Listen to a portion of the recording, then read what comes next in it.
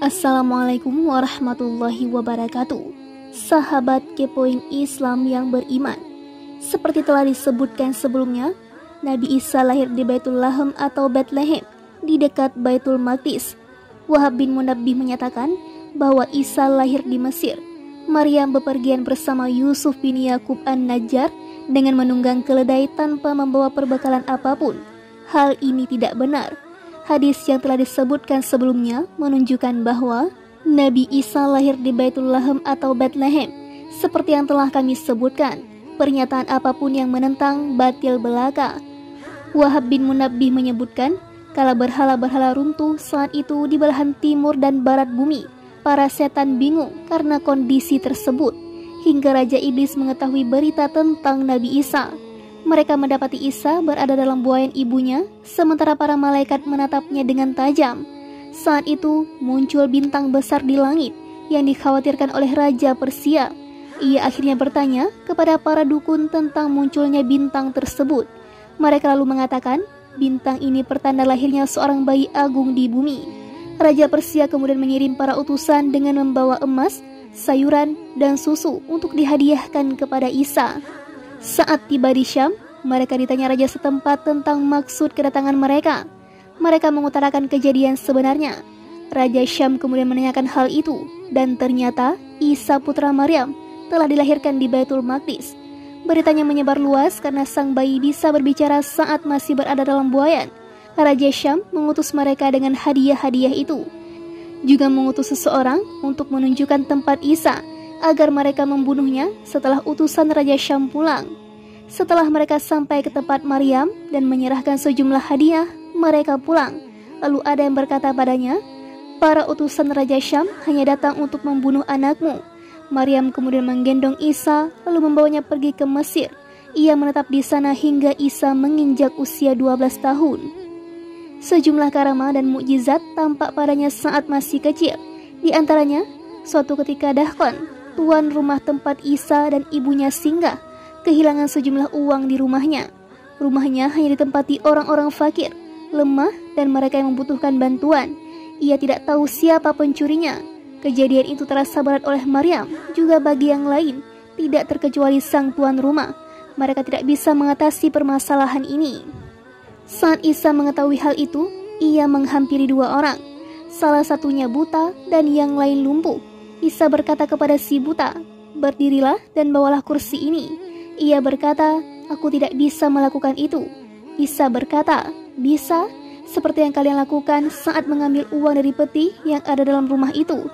Setelah Isa mengatakannya, keduanya mengaku telah mencuri uang tersebut, lalu uang itu mereka kembalikan lagi. Isa kian terpandang di mata orang-orang meski ia masih kecil. Di antaranya lagi, Ibnu Dahkon biasa menjamu orang-orang yang datang ke rumahnya karena kesucian anak-anaknya. Saat orang-orang berkumpul, lalu Ibnu Dahkon menyuguhkan mereka makanan. Namun saat hendak menyuguhkan minuman, khamar maksudnya, seperti yang biasa mereka lakukan pada masa itu, ternyata tempayan-tempayannya kosong, tidak ada airnya. Kondisi tersebut terasa berat bagi Ibnu Dahkon. Melihat hal itu, Isa berdiri lalu mengusapkan tangan ke bibir tempayan-tempayan itu. Semua tempayan yang ia usap langsung terisi penuh air minum terbaik. Orang-orang merasa kagum karena hal itu. Mereka mengagungkan Isa, menawarkan sejumlah besar harta padanya dan juga ibunya. Namun keduanya menolak. Keduanya kemudian pulang menuju Baitul Maqdis. Ishaq bin Bishr menuturkan, Utsman bin Saj dan lainnya memberitakan kepada kami dari Musa bin Wardan, dari Abu Nadrah, dari Abu Sa'id, dari Makhul, dari Abu Hurairah. Ia berkata, setelah mengucapkan kata-kata saat masih bayi, kata-kata pertama yang diucapkan Isa adalah tamjid atau pengagungan dan tahmid atau pemujian. Belum pernah terdengar tahmid seperti itu sebelumnya, hingga membuat matahari, bulan, sungai, dan mata air menyebut-nyebutnya kala membaca tamjid. Ia mengucapkan, ya Allah, Engkau dekat meski kau berada dalam ketinggian. Maha luhur meski dekat, maha luhur atas segala makhlukmu. Engkaulah yang telah menciptakan 7 langit berlapis di ruang hampa dengan kalimat-kalimat sempurna.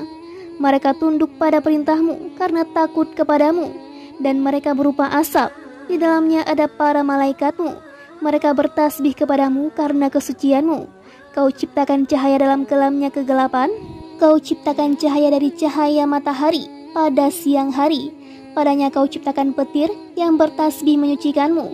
Dengan kemuliaanmu muncullah cahaya di balik kegelapan.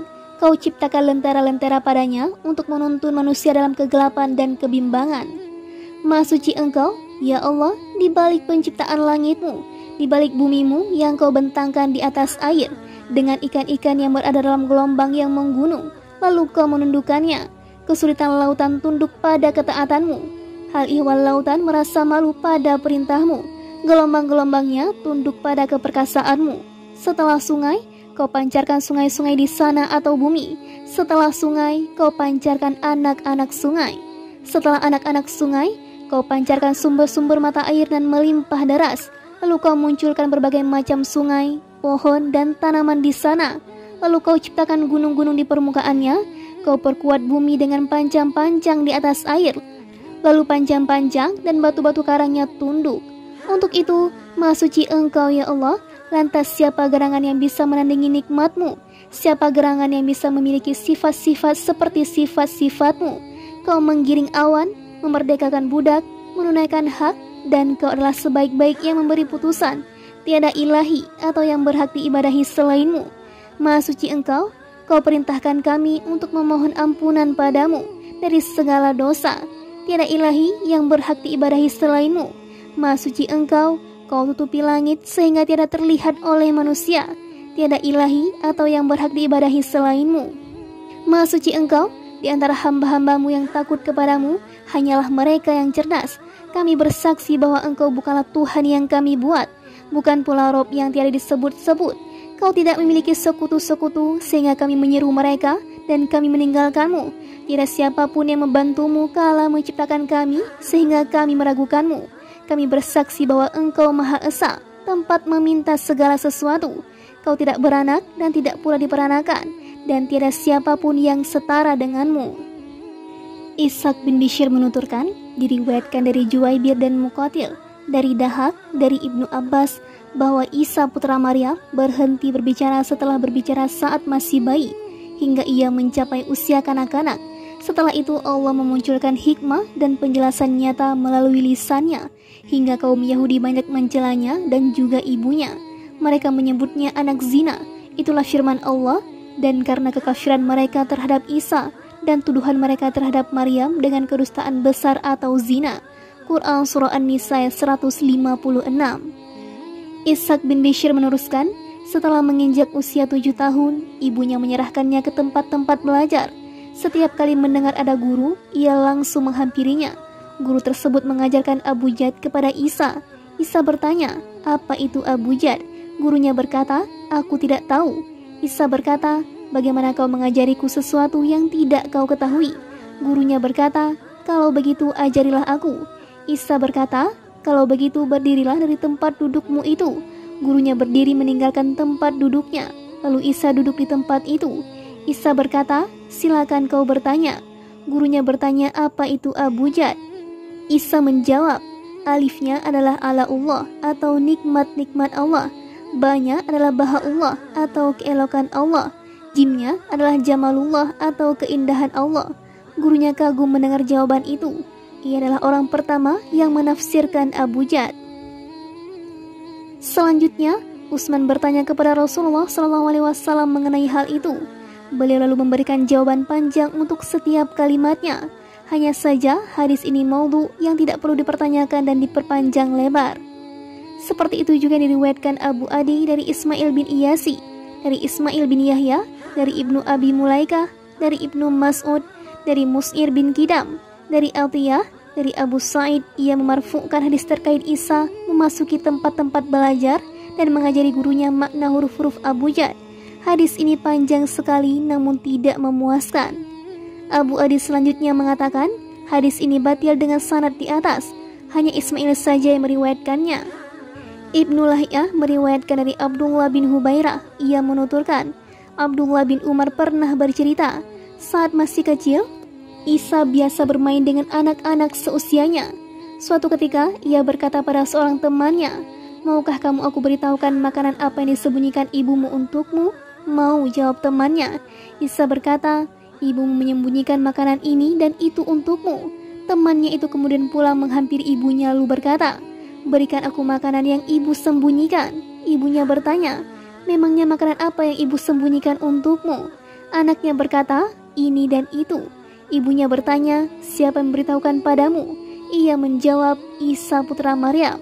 Para orang tua kemudian berkata, demi Allah, kalau kalian membiarkan anak-anak bermain bersama putra Maryam itu, ia pasti merusak mereka. Mereka kemudian mengumpulkan anak-anak di suatu rumah, lalu mereka kunci. Isa keluar mencari-cari teman, namun tidak melihat seorang teman pun.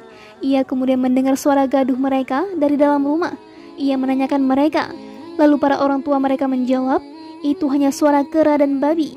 Isa kemudian mengucapkan, ya Allah, jadikan mereka seperti itu. Anak-anak mereka akhirnya berubah menjadi kera dan babi. Hadis riwayat Ibnu As-Sakir. Ishaq bin Bishr meriwayatkan dari Juwaibir, sementara Muqatil meriwayatkan dari Dahak.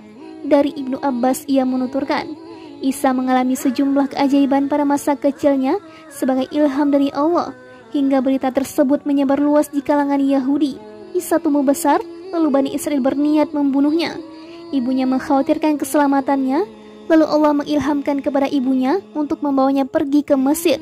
Itulah firman-Nya, dan telah kami jadikan Isa putra Maryam beserta ibunya suatu bukti yang nyata bagi kekuasaan kami, dan kami melindungi mereka di suatu tanah tinggi yang datar, yang banyak terdapat padang-padang rumput dan sumber-sumber air bersih yang mengalir. Quran Surah Al-Mu'minun ayat 50.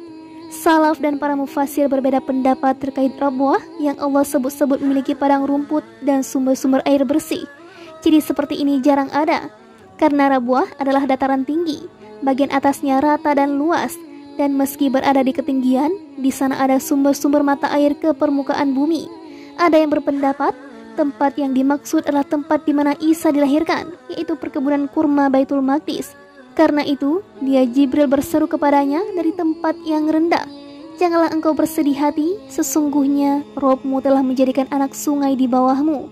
Quran Surah Maryam ayat 24. Sari adalah sungai kecil menurut pendapat jumhur salaf.